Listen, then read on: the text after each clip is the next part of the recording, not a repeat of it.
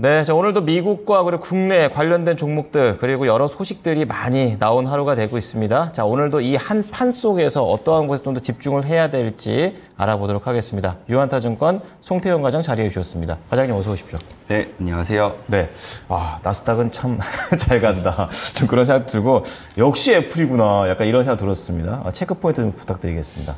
말씀을 해주신 것처럼 네. 사실 애플이 이런 상승률을 보일 거라고는 생각을 못했었어요. 시총 2위잖아요. 네, 사실 뭐 시총이 2위의 크기도 있었지만 네. 이 나왔던 뉴스 자체가 어제는 실망감을 줬던 뉴스였었잖아요. 맞아요. 네. 그런데 오늘은 그것과 다르게 해석이 되게 되면서 오늘의 이런 상승폭 전혀 예상하지 못했던 부분이었다라고 좀 보시면 될 것 같고요. 네. 사실상 애플이 큰 폭의 상승이 나오게 되면서 S&P 500이라든지 나스닥 같은 경우에는 이 사상 최고가를 갱신을 하는 이런 흐름이 나오기는 했습니다만 장 초반을 보게 되면은 역시나 FOMC 회의를 앞두고 경계심은 계속적으로 이루어졌던 것 같아요. 물론 이번 FOMC 회의가 사실상 금리가 동결로 될 것이라는 것은 누구나 뭐 예상을 하고 있는 부분이기는 하겠지만 그 FOMC 회의 결과와 이제 파월 연준 의장의 발언이 또 어떻게 될 것인가 뭐 이런 부분에서 결국은 변동성이 일어날 수 있을 테니까 그런 부분을 관망으로서 좀 지켜본 것이 아니냐라는 이러한 의견이 상당히 많았던 부분이 있었었고요. 네. 그리고 시장에서도 보게 되면은 많은 투자자들이 이제 연내에 금리를 내릴 수 있는 것은 결국은 뭐 한 번에서 두 번 정도밖에 되지 않지 않겠느냐라고 생각을 하는 것들이 더욱더 많은 부분 이제 컨센서스를 형성이 되고 있다 보니까 네. 금리 관련돼서 과연 통화 정책에 대한 부분의 방향성 선회가 시장에 미치는 영향력도 그렇게 크지는 않지 않을까. 뭐 이러한 이제 생각도 더욱더 많아지고 있다라고 보시면 될 것 같습니다. 네.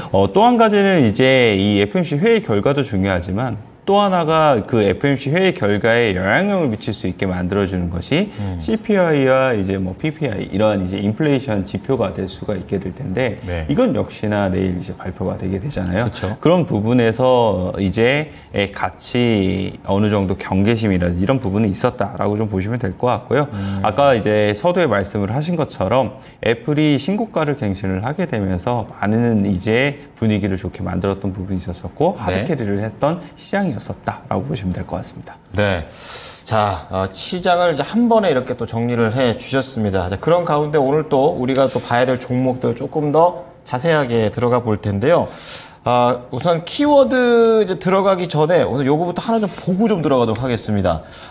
지난주 때 말씀해 주셨던 세 가지 종목 중에 두 가지 종목, 그러니까 셀트리온 쪽, 그리고 태양광에서 한화솔루션과 관련된 내용인데 흐름이 괜찮아요. 그 중에서 궁금한 건 시간상 한 가지밖에 못 여쭤보는데 간밤에 또 퍼스트솔라가 베어돼서 목표가 상향 조정도 했었잖아요. 네. 그래서 한화솔루션, 태양광 관련해서 어떻게 좀 뷰가 좀 바뀌셨는지 계속 긍정적으로 보시나요? 계속적으로 긍정적으로 생각을 하고 있습니다. 네. 사실 한화솔루션 같은 경우에 어제 큰 폭의 상승세가 나오게 됐었는데 이제 중국의 업체인 론지가 이 중국 공장에 대한 가동을 중단을 한다라는 이제 발표가 나오게 되면서 네. 조금 더 강했던 흐름이 나왔었는데 이런 부분이 결국은 이제 태양광 관련돼서 유예가 종료가 되게 되고 그런 관세로 인해서 이제 중국 업체들이 얼마만큼이나 더욱더 들어가게 될 것인지. 네. 물론 미국의 공장을 증설을 하기는 했지만 과연 그 미국의 공장 증설을 한 이제 이 태양광 모듈 같은 경우에는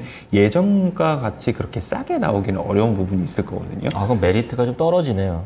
그러면은 아무래도 태양광 모듈을 팔게 된다 하더라도 그 가격 자체 회복이 일어날 수가 있는 부분이 그렇죠. 있을 거잖아요. 네, 맞아요. 그렇게 되면 결국은 한화솔루션도 예전에 팔았던 가격보다는 만약에 더 중국산 다른 부분을 사용을 하게 된다 하더라도 가격에 대한 회복이 계속적으로 일어날 수 있다라는 부분을 생각을 해볼 수 있을 것 같고요. 네. 그리고 한화솔루션 같은 경우 미국 공장 증설과 함께 이 보조금에 관련된 부분도 수출을 받을 수 있기 때문에 확실히 업황에 대한 턴어라운드의 기대감은 바닥에서부터 상당히 많다라고 보시면 될 것 같습니다. 네. 자, 태양광과 관련된 관점은 그대로 유지를 해주신다 또 얘기를 해주셨습니다.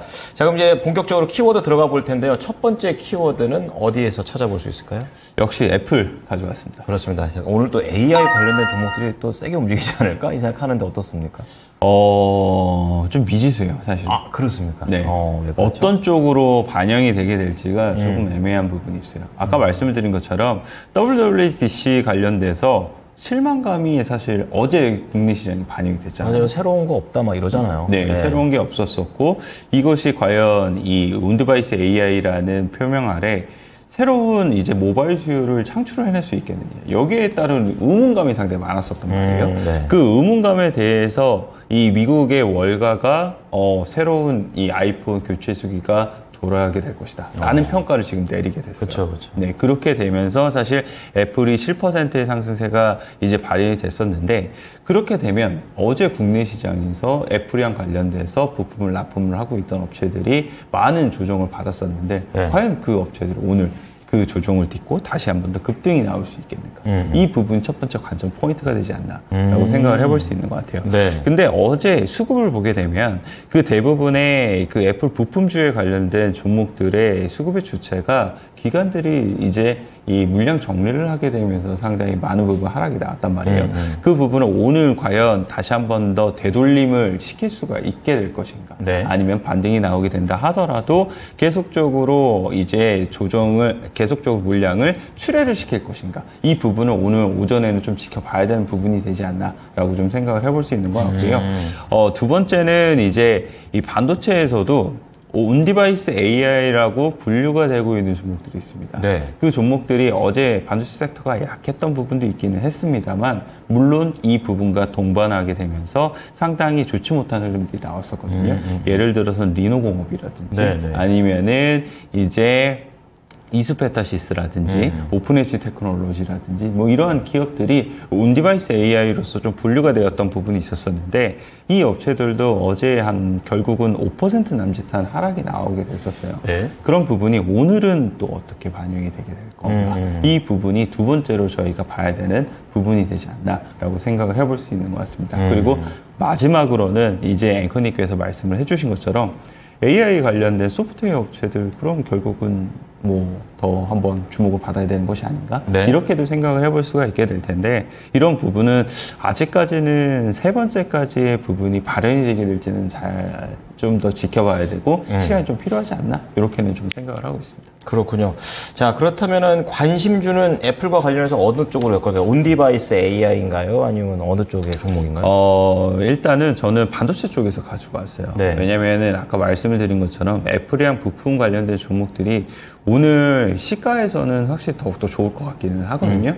근데 아까 말씀을 드린 것처럼 이제 기관들의 이런 매도가 추가적으로 나올 수 있다는 점, 뭐 이런 점을 생각을 해봤을 때는 네. 그보다는 반도체 쪽에서 온디바이스 AI에 대한 모멘텀을 가질 수 있을 만한 종목들은 거기서 비교적 좀 더 자유로울 수 있지 않을까라는 부분에서 가져왔다라고 보시면 될 것 같고요. 네. 리노공업 가지고 왔습니다. 아, 그러니까 테스트 쪽으로 좀 보시는 것 같은데 좀 자세히 들어볼게요. 네, 리노공업 같은 경우에는 사실 이 기업이 과연 온디바이스 AI에 대한 수혜가 있나? 라고 생각을 많은 분들께서 하실 수가 있게 될 텐데 네. 결국은 이 테스터 자체가 이 온디바이스 AI에 대한 이제 신규 모바일에 대한 창출이 이 수요가 늘어나기 시작을 하게 되면은 그런 부분에 있어서 테스터에 대한 부분에 물량이 더욱더 많은 부분 늘어날 수 있다라는 부분에 연결고리가 있다라고 보시면 될 것 같고요. 네. 예전에도 보게 되면은 이제 5G로 이제 이 모바일이 넘어가는 시기가 있었잖아요. 그렇죠. 그때 당시를 보게 됐을 때 이 가격하고 물량 자체가 모두 다 성장을 했던 부분이 있었습니다. 그래서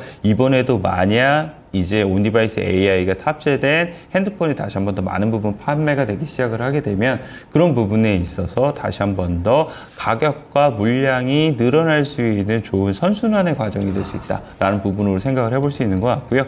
그 외에도 사실상 AI에 대한 부분이 더욱더 확대가 되게 되면서 그 외에 이제 이 비메모리 쪽에서도 더욱더 많은 부분의 테스터들이 필요하게 되잖아요. 그렇죠. 그런 부분이 단가를 올려주는 부분으로 많이 작용을 하게 되거든요. 네. 그런 부분에서도 리노공업은 우월적 지위를 가지고 있는 좋은 기업이다라고 보시면 될 것 같아요. 그래서 대부분의 실적에 대한 추정치를 보게 된다 하더라도 다른 업체들보다도 훨씬 더 단단하고 그리고 더 확률적으로 높은 이러한 부분을 가지고 있어서 저는 리노공업 관심 있게 봐야 된다라고 말씀드리도록 하겠습니다. 네, 자, 첫 번째 키워드는 애플의 이런 AI에 대한 움직임을 테스터 장비 쪽으로 봤습니다. 리노공업 말씀해 주셨고요. 두 번째 키워드 들어가겠습니다. 어디입니까?